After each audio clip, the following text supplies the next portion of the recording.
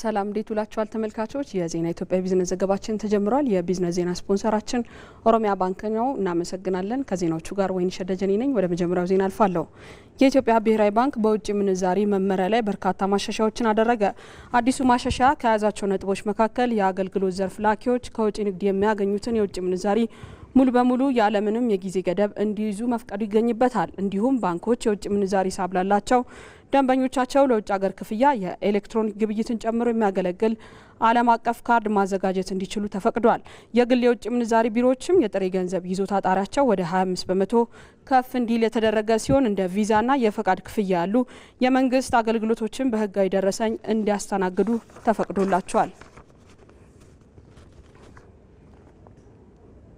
የኢትዮጵያ ብሔራዊ ባንክ በውጭ ምንዛሪ መመሪያ ላይ ያደረጋቸው ማሻሻያዎች የፋይናንስ ዘርፉን ለማሳደግ የጎላ ሚና እንዳላቸው ተጠቆመ። ማሻሻያዎቹ የውጭ ቀጥተኛ ኢንቨስትመንትን በማስፋፋት የሀገሪቱ የምጣኔ ሀብትን ለማሳደግ እንደሚያግዝም ተገልጿል። ተመልካቾች እዚህ ጉዳይ ላይ እንቆያለን ተጨማሪ መረጃዎችን ልታደርሰን ባልደረባችን መቅደስ እንዳለ በቀጥታ መስመር ላይ ተገኝታለች። መቅደስ እንዴት ውለሻል? ብሔራዊ ባንክ ከውጭ ምንዛሪ መመሪያ ጋር በተያያዘ በርከት ያሉ ማሻሻያዎች ማውጣቱን ተመልክተናል። ከዛ ጋር ተያይዞ የእነዚህ ማሻሻያዎች አስፈላጊነት ምንድነው? እንዲሁም ደግሞ የመመሪያዎቹ መሻሻል በፋይናንስ ዘርፍና በአጠቃላይ ሀገሪቱ የምጣኔ ሀብት ላይ ምን ለውጥ ያመጣል የሚለውን መረጃዎችን አድርሽም። አመሰግናለሁ ወይንሸት እንዴት ውላችኋል ተመልካቾች እንግዲህ የኢትዮጵያ ብሔራዊ ባንክ ከማክሮ ኢኮኖሚ ማሻሻያ በኋላ በተለይ በውጭ ምንዛሬ መመሪያዎች ላይ የተለያዩ ማሻሻያዎችን ሲያደርግ መቆየቱ የሚታወቅ ነው በትናንትናው ዕለትም የውጭ ምንዛሬ መመሪያ ላይ የተለያዩ ማሻሻያዎችን ማድረጉን በማህበራዊ ትስስር ገጹ ላይ አስታውቋል እንግዲህ ከማሻሻያዎቹ መካከል የተወሰኑትን ለመጥቀስ ሞክራለሁ እንግዲህ ከዚህ ቀደም በተለይ የባህር ማዶ ተቋማት ወይም የባህር ማዶ ኩባንያዎች ትርፋቸውን ወደ ሀገራቸው ለመውሰድ የግድ የኢትዮጵያ ብሔራዊ ባንክን ያስፈቅዱ ነበር በዚህ በአሁኑ ማሻሻያ ግን ታክስ ከከፈሉ በኋላ በዶላር ገንዘባቸውን ወደ ሀገራቸው መላክ የሚያስችላቸው አሰራር እንግዲህ ተፈጥሯል ይህም ደግሞ በተለይ የውጭ ቀጥታ ኢንቨስትመንት እንዲበረታታ መዋለናዮች በቀላሉ እንግዲህ ገንዘባቸውን ወይም ትርፋቸውን ወደ ሀገራቸው መላክ ከቻሉ በተለይ ከውጭ ምንዛሬ ጋር በተያያዘ የሚያነሱት ጥያቄ የሚመለስ ይሆናል ማለት ነው ሌላው እንግዲህ ማንኛውም ሰው ከባህር ማዶ ወደ ሀገር ቤት ሲገባ ከ$10,000 በላይ ከያዘ ለጉምሩክ ኮሚሽን ማሳወቅ እንዳለበት ወይም ማስመዝገብ እንዳለበት ይታወቃል በዚህ ማሻሻያ ግን እንግዲህ ያለ ጉምሩክ ሰነድ በህጋዊ መንገድ የውጭ ምንዛሬ መንዝረው መጠቀም እንዲችሉ ያስችላል ማለት ነው ይህም እንግዲህ ሰዎች ወደ ሀገራቸው ዶላር ይዘው እንዲመጡ ወይም የውጭ ምንዛሬ ክምችት እንዲያድግ የሚያበረታታ ነው ማለት ነው ሌላው እንግዲህ ለህክምና ለትምህርት ያለ ቪዛና የአውሮፕላን ትኬት እስከ $20,000 የአሜሪካን ዶላር መመንዘር እንደሚቻልም እንግዲህ ማሻሻያው አስቀምጧል ሌላው ከውጭ ምንዛሬ ቢሮዎች ጋር በተያያዘም የተለያዩ ማሻሻያዎች ተደርገዋል በዝግ አካውንት እንግዲህ የውጭ ምንዛሬ ቢሮዎች ከዚህ ቀደም ያስቀምጡ ነበር ይህም ተመላሽ እንዲሆን ማሻሻያው አስቀምጧል ይህም ደግሞ በተለይ የውጭ ምንዛሬ ቢሮዎች አቅማቸው እንዲጎለበት የመግዛት አቅማቸው እንዲጠናከር በጊዜ ሂደት ደግሞ በተለይ የጥቁር ገበያው እንዲዳከም የሚያደርግ ነው ማለት ነው ሌላው የውጭ ምንዛሬ ቢሮዎች በእጃቸው የሚይዙት ጥሬ የውጭ ምንዛሬ ገንዘብ ቀደም ሲል ከነበረው የካፒታላቸው 10%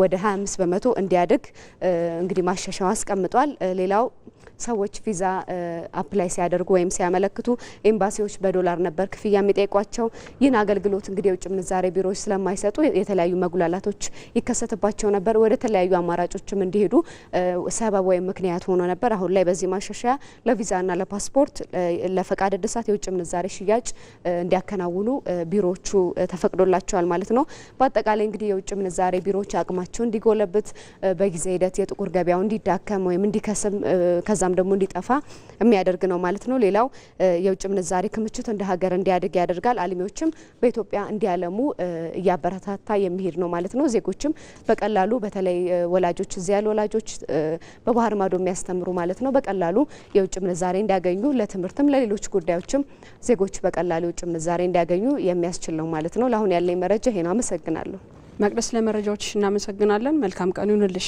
እንቀጥላለን ተመልካቾች ኢትዮጵያና ፈረንሳይ ሀገር በቀል የኢኮኖሚ ማሻሻያውን የሚደግፍ ቁልፍ ስምምነቶችን ተፈራረሙ። ስምምነቱን የገንዘብ ሚኒስቴር አህመድ ሽዴ እንዲሁም በፈረንሳይ የአውሮፓና የውጭ ጉዳይ ሚኒስትር ዴኤታ ኤሌኖሬ ካሮይት ተፈራርመዋል። የገንዘብ ሚኒስትሩ አህመድ ሽዴ ፈረንሳይ የኢትዮጵያ ሁነኛ አጋር መሆኗን ገልጸው ስምምነቱ ሀገር በቀል የኢኮኖሚ ማሻሻያን በመደገፍ በኩል ጉልህ አስተዋጽኦ እንደሚኖረው ተናግረዋል። ፈረንሳይ ለኢትዮጵያ የፋይናንስ ድጋፍ ማድረግ ብቻ ሳይሆን በአበዳሪዎች የጋራ ኮሚቴ ኢትዮጵያ የዕዳ ሽግሽግ እንዲደረግላት አጋርነቷን አሳይታለች። አሁን ፈረንሳይ ያደረገችው የገንዘብ ድጋፍ ኢትዮጵያ እያከናወነች ለሚገኘው የማክሮ ኢኮኖሚ ማሻሻያ ትልቅ እገዛ የሚኖረው ነው። ከዚህ በፊት የሰራናቸው የሪፎርም ስራዎች ውጤታቸው በጣም አዎንታዊ ነው። የዋጋ ግሽበት በከፍተኛ ሁኔታ ቀንሷል። ይህም የሪፎርሙ ጥራት በጣም ጠንካራ መሆኑን የሚያሳይ ነው። ፈረንሳይና ኢትዮጵያ ስትራቴጂያዊ አጋርነት አላቸው። በተለይም በመሪዎቻችን መካከል ያለው ግንኙነት እጅግ ጠንካራ ነው። ኢትዮጵያ እያከናወነች በምትገኘው የቢሾፍቱ ዓለም አቀፍ አውሮፕላን ማረፊያ ግንባታን ጨምሮ ሌሎች የልማት ስራዎችን በጋራ እንሰራለን።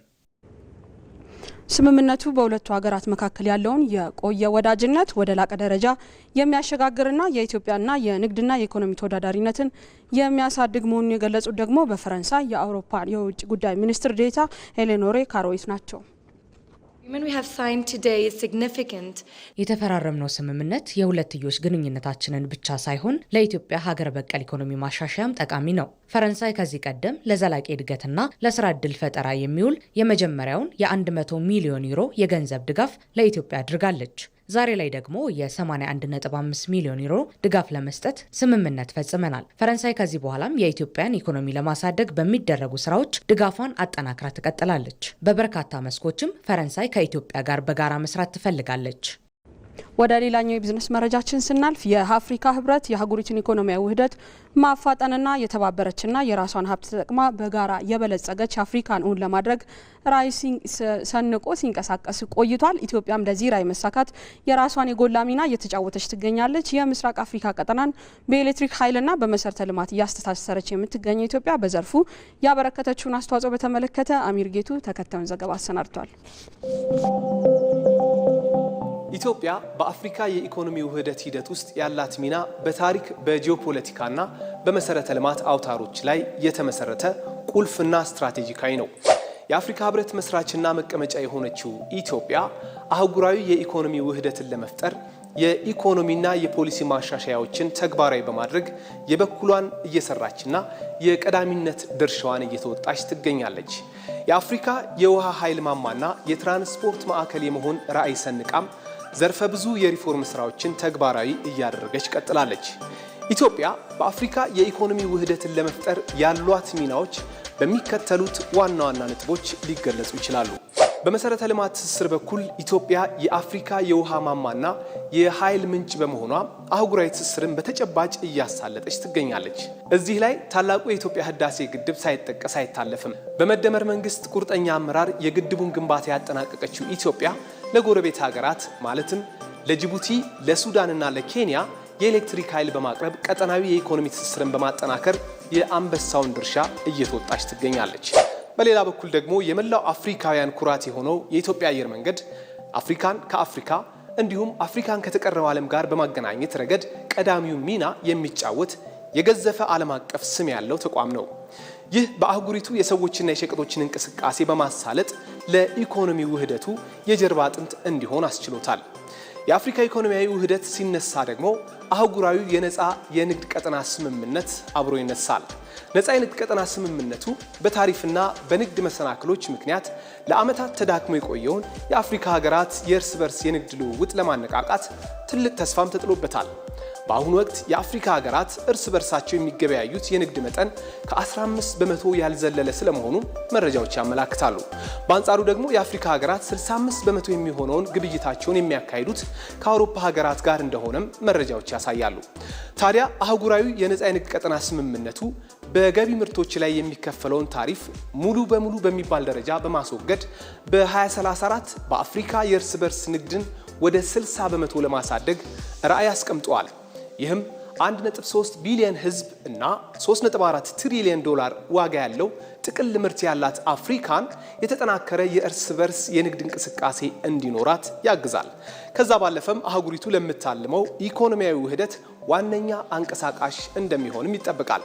ኢትዮጵያ ለአህጉሪቱ ኢኮኖሚያዊ ውህደት የምታበረክተውን አስተዋጽኦ በአፍሪካ አህጉራዊ ነፃ የንግድ ቀጠና ስምምነት ማዕቀፍም አጠናክራ ቀጥላለች። የነፃ ንግድ ቀጠና ድርድሩን በማጠናቀቅም ምርቶቿን ለተለያዩ የአፍሪካ ሀገራት ማቅረብ ጀምራለች።